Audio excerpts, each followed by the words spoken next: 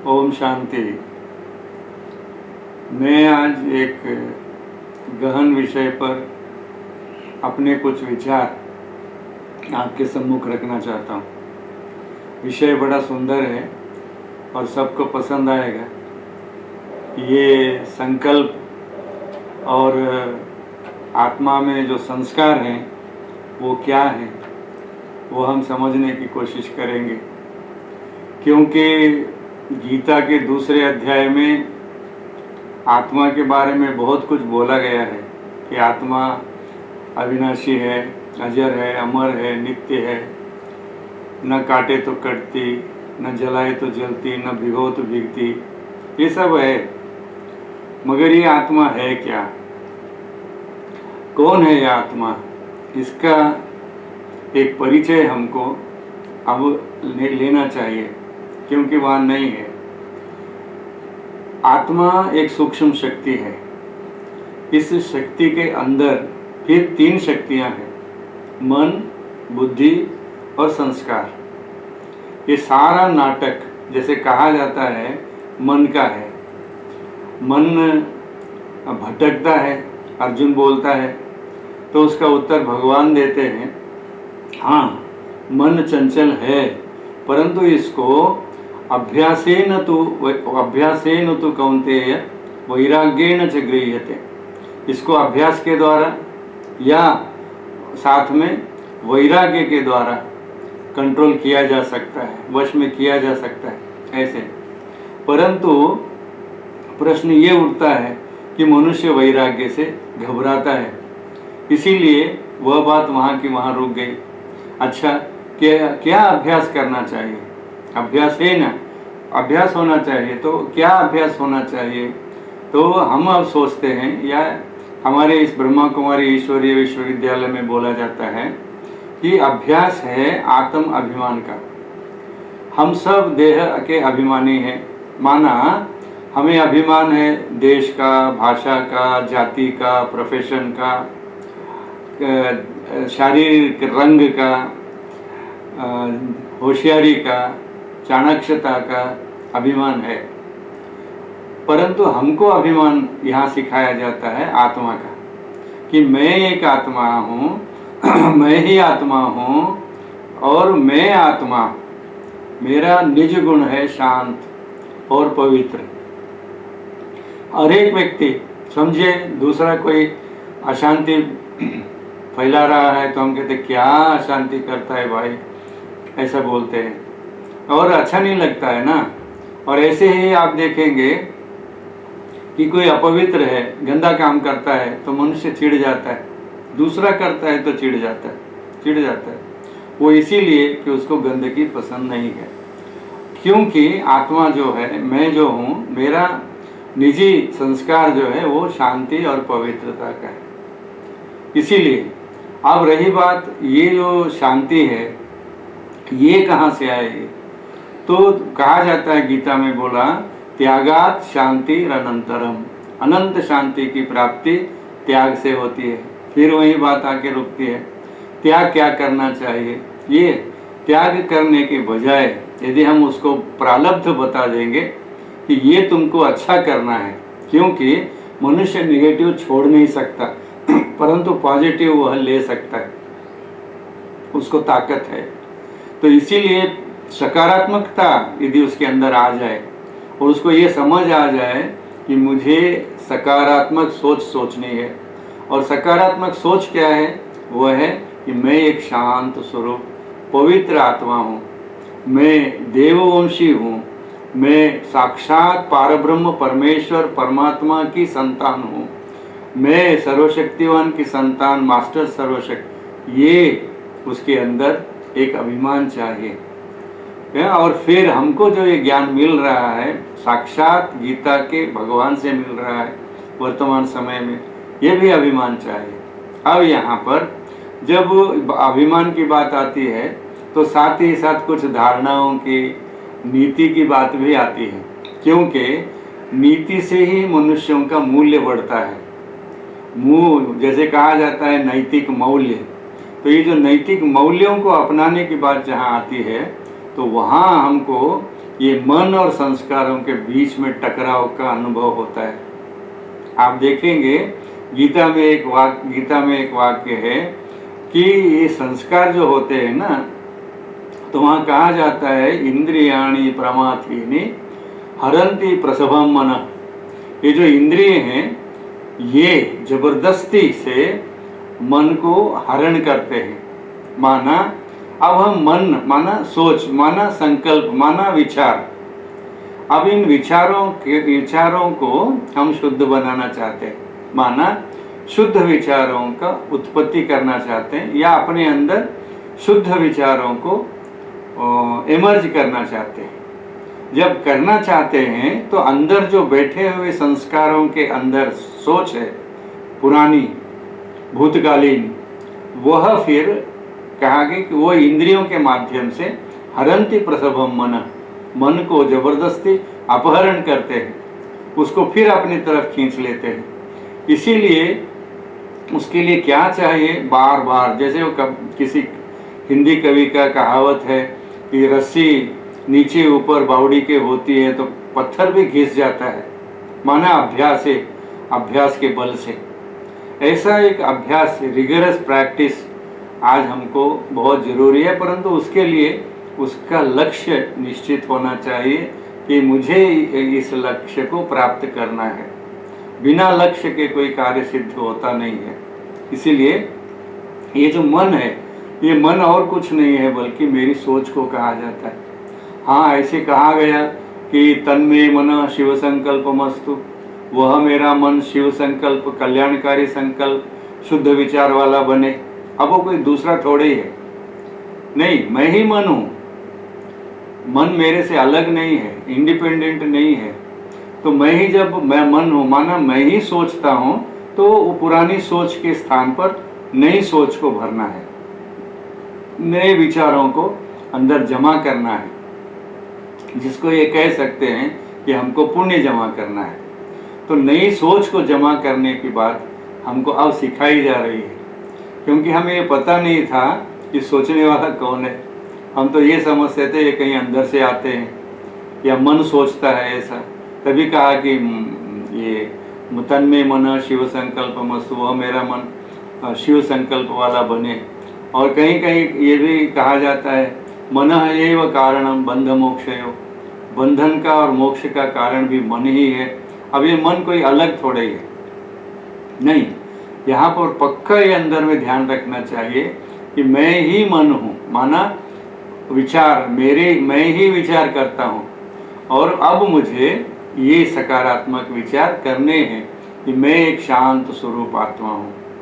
अब ऐसा करने से नहीं, ऐसा हम ऐसे ही नहीं करते हैं जैसे लौकिक में कोई कहेगा कि भाई मैं रोज गीता का एक अध्याय पढ़ करके ही दूसरा काम करता हूँ। अब उस अध्याय में क्या है उसको नहीं पता है, परंतु उसको अभ्यास पड़ गया है बोलने का, वो बोल लेता है। ऐसे ही कोई मंत्र बोलते हैं, कोई गायत्री मंत्र बोलता है, कोई एकादश मंत्र बोलता है, कोई पंचाक्षरी मंत्र बोलता है। अब ये मंत्र जानते नहीं हैं, और मंत्र को भी कहा गया कि मनम त्रायति इति मंत्र, मन को ठीक करता है, इसीलिए उसको मंत्र बोलते हैं। अब ये मन हमको पता ही नहीं क्या है, तो उसको ठीक कौन करेगा।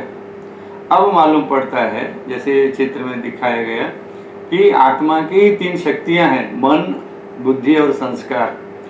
मन के द्वारा निर्णित संकल्पों का जो स्टोरेज है वो संस्कार है, और वह संस्कार मेरे जन्म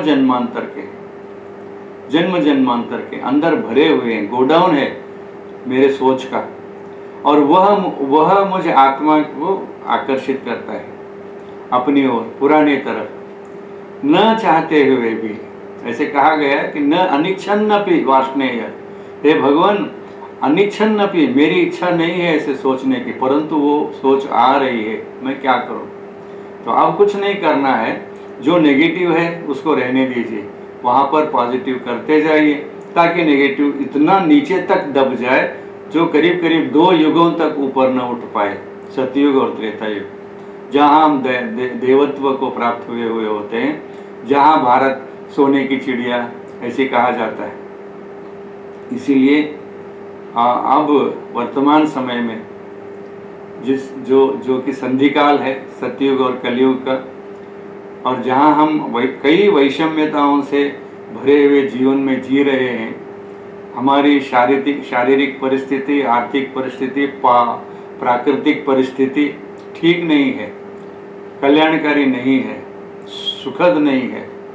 हर आए दिन मनुष्य एक न एक दुख झेल रहा है और वो समझता है ये दुख नेचुरल है या ईश्वर प्रदत्त है, पर हमको यहाँ शिक्षा मिल रही है कि ये हमारे ही कर्मों का फल है, चाहे इस जन्म का चाहे पिछले जन्मों का, पर है हमारा है। इसीलिए हमको ही सुधारना पड़ेगा, हमारे सिवाय इनको कोई सुधार नहीं सकता है। इसीलिए कहते हैं कि मैं क्या हूँ यह मैं ही अच्छी तरह जानता हूँ, मेरे अंदर क्या कमजोरियाँ हैं ये मैं ही अच्छी तरह जानता हूँ, दूसरा कोई नहीं जानता है, जान भी नहीं सकता है, क्योंकि आंतरिक बात है ना, अंदर को कौन जान सकता है। तो इसीलिए वो मैं जानता हूँ अंदर क्या क्या खामी है, और विशेषताएं बाहर दिखाई देती हैं, क्योंकि मनुष्य को आदत है विशेषताओं को दिखाना, एग्जिबिट करने की, पर वीकनेस को कोई दिखाना नहीं चाहता, उसको छिपाना चाहता है। जो कोई चीज़ें छुपाने वाली हैं वो मैं जानता हूँ। अब मुझे ये पता होना चाहिए कि ये बहुत हानिकारक है, मेरे लिए दुखद है, मेरी आत्मिक ग्लानि कराते हैं, मुझे गिल्टी फील कराते हैं। इसीलिए आप थोड़ा सा जागृत होकर के हमको सिर्फ इतना परिवर्तन लाना है कि मैं इस देह की स्वामी, शरीरम तु रथम विद्धि, ये शरीर एक रथ है और मैं ही इसका सर्वे सर्वा सारथी मालिक हूँ। और इस हय ही, ये जो पंचेंद्रिय हैं, ये घोड़े हैं, इनको ईश्वर के मत की लगाम लगानी चाहिए, क्योंकि हम कल तक मनुष्य की मत की लगाम लगा करके घोड़े चला रहे थे। अब उन घोड़ों को ईश्वरीय मत की लगाम यदि लगाएंगे तो निश्चित ही हमारे लक्ष्य की ओर ये इंद्रिय बढ़ेंगे, क्योंकि इनका बहुत बड़ा पार्ट है। जैसे कहा भी जाता है, जैसे नैया को हवा के झोंके बहा के ले जाते हैं, ऐसा गीता कहती है, वैसे ही ये मेरे संकल्पों को बहा के ले जाते हैं। इसीलिए मैं इतना सुदृढ़ हो जाऊं कि नए संकल्पों की संरचना मैं कर सकूं। अब मेरे हाथ में है, इतनी अकल मुझे भगवान पिता परमात्मा ने दी है कि ये नए संकल्पों की उत्पत्ति तुम करो। रोज ये ट्रेनिंग मिलती है कि हम नए संकल्प क्या करें। आज जैसे समझिए दूर देश का रहने वाला आया देश पराया, ये पराया देश है, रावण का देश है, माया का देश है, विकारों का देश है, साइंटिफिक गाडगेट्स का देश है, जो विनाश की ओर ले जा रहे हैं हमको। हर आए दिन हम ये चाहते हैं हमारे पास बारूद ये सारे होने चाहिए, वैज्ञानिक अनुसंधान, और यही विनाश के कारण बनेंगे कल, ये निश्चित है। क्योंकि एक बार किसी जस्टिस ने कहा था कि some crazy person will push the button of destruction, कोई पागल ही विनाश के बटन को दबा सकता है, और वो आज वो बटन दबाने के दिन आ गए हैं। कोई भी दबा सकता है। जब भी मनुष्य अपने आपे को खो देता है, जब भी मनुष्य अपने अपनत्व को खो देता है और मरने मारने को तैयार हो जाता है, आपने अनुभव किया कई स्थानों पर मानव बाम का कि मरना है दूसरे को मारने के लिए, कितने मरे। राष्ट्र के प्रमुख को भी मारने के लिए वही उपयोग किया गया। तो इतने मनुष्य आज धुंध में हैं कि मरूं और मारूं। तो वैसा ही कोई व्यक्ति, चलो मरना ही है तो सबको लेके मरेंगे। कल ये जो अणुशक्ति बनी है, ये कोई बच्चों के खिलौने नहीं है, करोड़ों अरबों रुपए खर्चा करके बनाए हैं। तो ये एक दिन विनाश के कगार पर हमको ले जाएंगे जरूर। और नॉस्ट्रेडामस के अनुसार, जो इटली का 15वीं शताब्दी का बहुत अच्छा भविष्य वक्ता है, उसके अनुसार भी कहीं तो कहीं आसपास विनाश होना है, और विनाश के चिन्ह नजर आ रहे हैं। क्योंकि आज के मनुष्य की बुद्धिमत्ता धीरे धीरे अपने आप को भस्मासुर की तरह भस्म करने की ओर बढ़ रही है। इसीलिए हम चाहेंगे कि आज से अपने आप को समझें और अपने को इन विकारों के जंजीरों से स्वतंत्र करने के लिए एक आध्यात्मिक जीवन जीने की कला सीखें।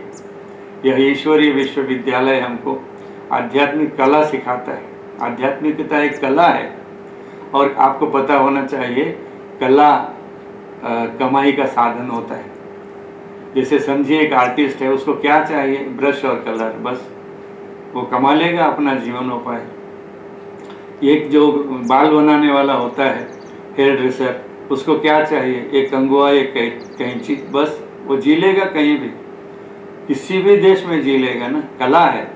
ऐसे ही जो ये सकारात्मक संकल्प करने की, कराने की कला यदि किसी व्यक्ति को आ जाती है, माना कोई व्यक्ति आध्यात्मिकता को अपना लेता है, तो वो अपने तक सीमित नहीं रखता, वो दूसरे को भी देता है। ये हम आज अनुभव कर रहे हैं। एक प्रजापिता ब्रह्मा के माध्यम से जो ये ज्ञान सरिता बाहर निकली, आज विश्व के हर कोने में यह बह रही है। अनेक आत्माओं को शांति, सुख, आनंद, पवित्रता प्रदान कर रही है। जो ये गायन है, देवताओं की जो मंदस्मितता है, हंसमुखता है, वह फिर से कायम होगी। और वैसा जीवन, हसनमुखी जीवन जीने के लिए उसको एक बार पुनः इन विकारों का त्याग करना होगा, या विकारों के बंधन से बाहर निकलना होगा। इनके बंधन से निकलना ही एक सच्ची स्वतंत्रता है। इसका आभास, इसका परिज्ञान, इसकी समझ हमको होगी तो हमारा जीवन सफल हुआ समझिए। आप सबको बहुत मुबारक। ओम शांति।